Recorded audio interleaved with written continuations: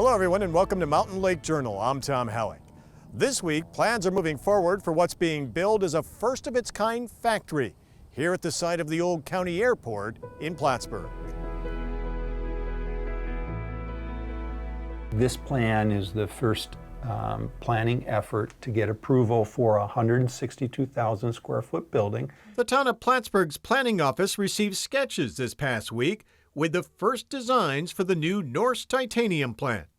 The company uses what's called additive manufacturing, similar to 3D printing, to turn melted titanium wire into airplane or automotive parts. Cutting-edge technology, Norsk says, can be done at a fraction of the time and cost of traditional manufacturing.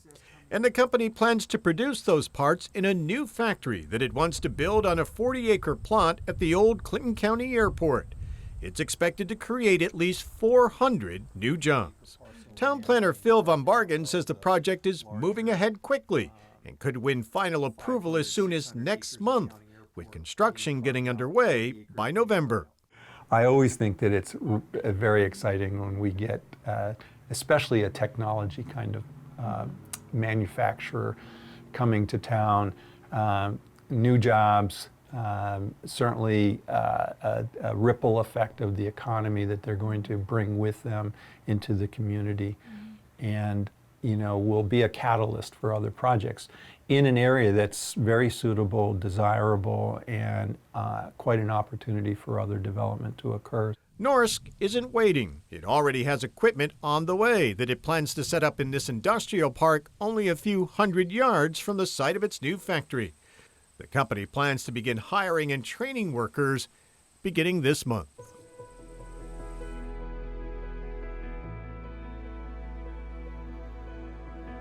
And we're joined now by Plattsburgh Town Supervisor Michael Cashman. Welcome, nice to have you here. Thanks for having me. So a couple of major steps forward for the new Norsk Titanium plant.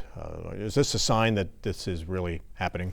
Yeah, absolutely. We've seen a number of steps taking place. First was, it was in the New York State budget, $125 million for SUNY Polytech was identified.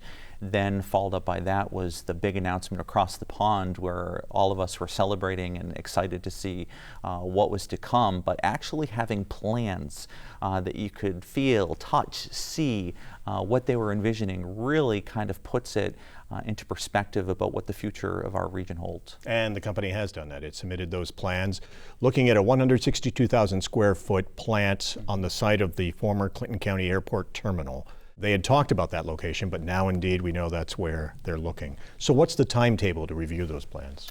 Well, there's a couple different things that are going on. The town of Plattsburgh is actually currently undergoing a rezoning process to allow for individuals to optimize the land that is out there for development. So that's one piece of the puzzle. The other part to it is the site review that our planning department will undergo.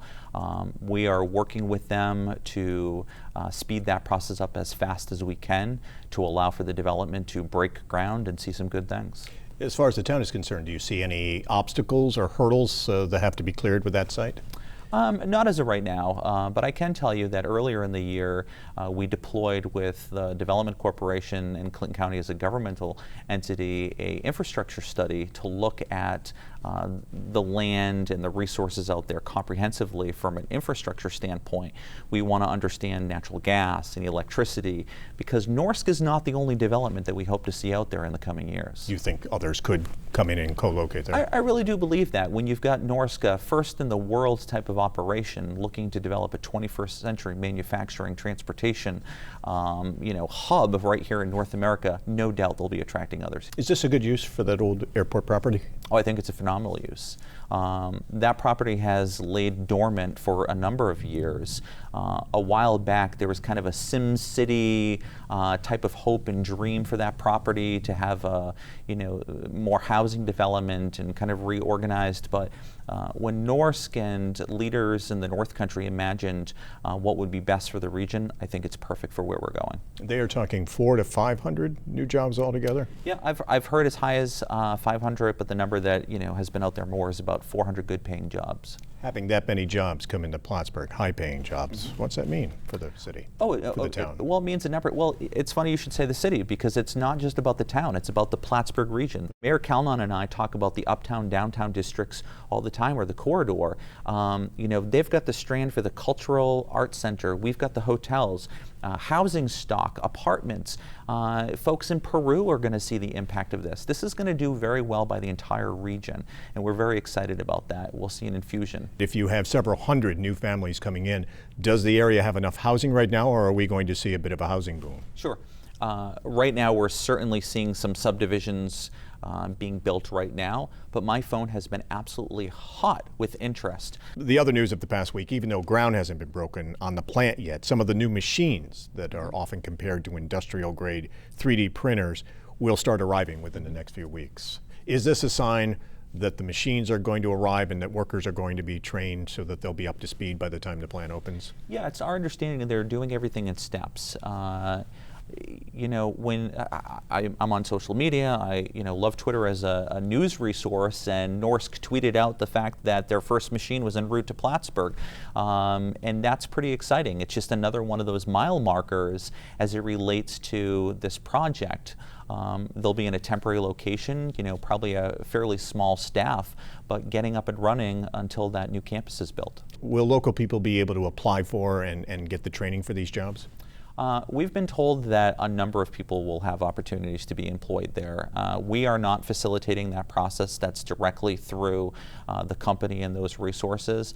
But we anticipate, like many other companies within the region, will use multiple employing agents, et cetera, to help facilitate that need. If people are interested, is there any place they can go now to find out information or see if they can apply? There's been a number of places, but I would say Google would probably be a good start, rather than direct them in one particular location or another and give a competitive advantage to somebody else. There's no timetable yet for actually training the workers? Not that I've been made aware of. Yeah. We often hear the word transformational used to describe this project, not only the technology to build the aerospace and automotive parts out of titanium, but also what this factory may do for the Plattsburgh area. Do you believe it'll have that much of an impact? I think we're beyond transformational. Our region is seeing a lot of wonderful things, from the downtown revitalization grant that Mayor Kalman has captured with his team, to the Norsk Energy, to the anticipated money with the airport, et cetera.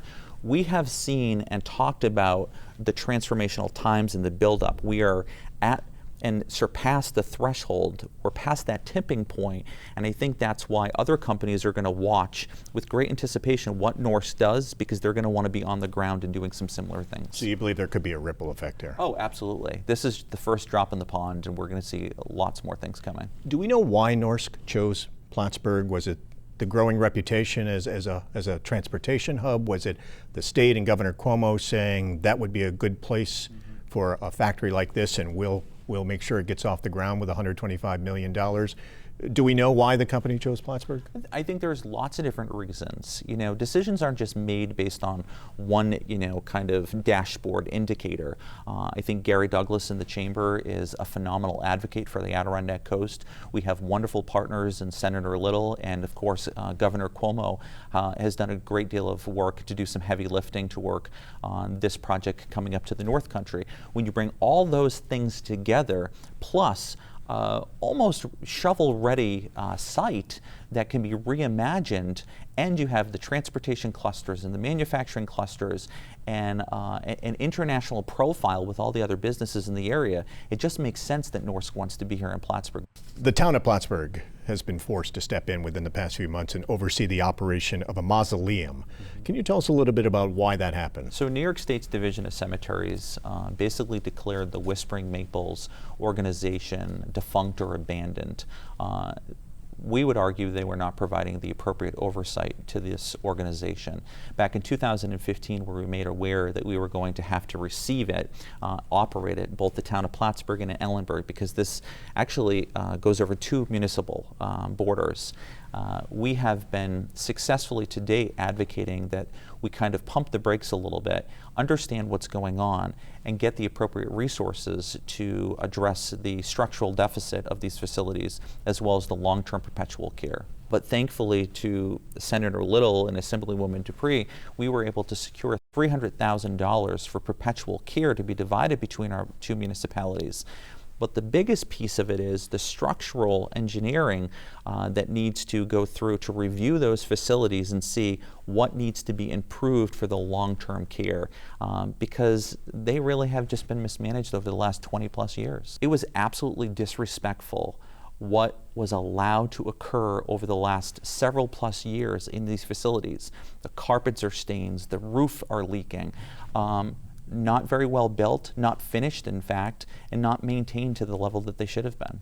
Are those improvements, have they been made or will they be made in the coming months? So that's what Ellenberg and the town of Plattsburgh are advocating for, is to work through the structural engineer process to identify the funds, to identify what needs to be fixed, like the roof, like footings on, the overhangs, etc., and to make sure that we adequately get the funding to address those things, but the long-term care as well. $150,000 doesn't sound as if it might go very far. No. So will you have to go back to the state and request more money? So Jason Dazan, he's the town supervisor in Ellenberg. He and I are actually going to be traveling to Albany and working with Senator Little to reach out and tell the story to the folks down in the executive floor and the governor's office, the comptroller's office, the attorney general's office, to make sure that we can receive the funds that we need to. Because there's two pieces of puzzle here. We want to do the moral and ethical thing for the folks that have loved ones in those facilities or plan to be buried there someday. In addition, we have a responsibility to be stewards and protect our taxpayers from the biggest unfunded state mandate that could ever fall upon our laps if this is not done appropriately. Both towns are looking at continuing to operate the mausoleums? We aren't given any choice whether or not to operate them. There will be a number of things that we'll need to address as far as how we operate them, but it is being forced upon us one way or the other. You're on the hook. Is this state law that if a mausoleum in a community is abandoned, that municipality has to take control of it? So New York State is actually leveraging an abandoned cemetery kind of status or stature.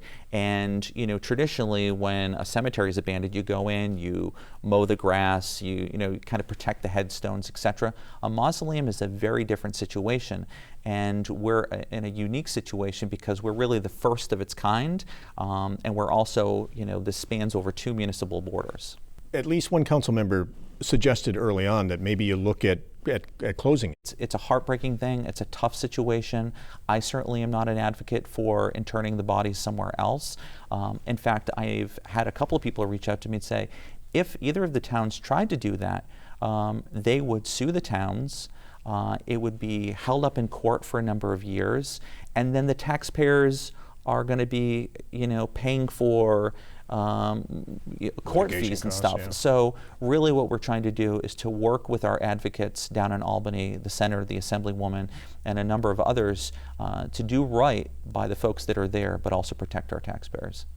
Michael Cashman, thank you for taking the time to talk with us. I appreciate it. Thank you.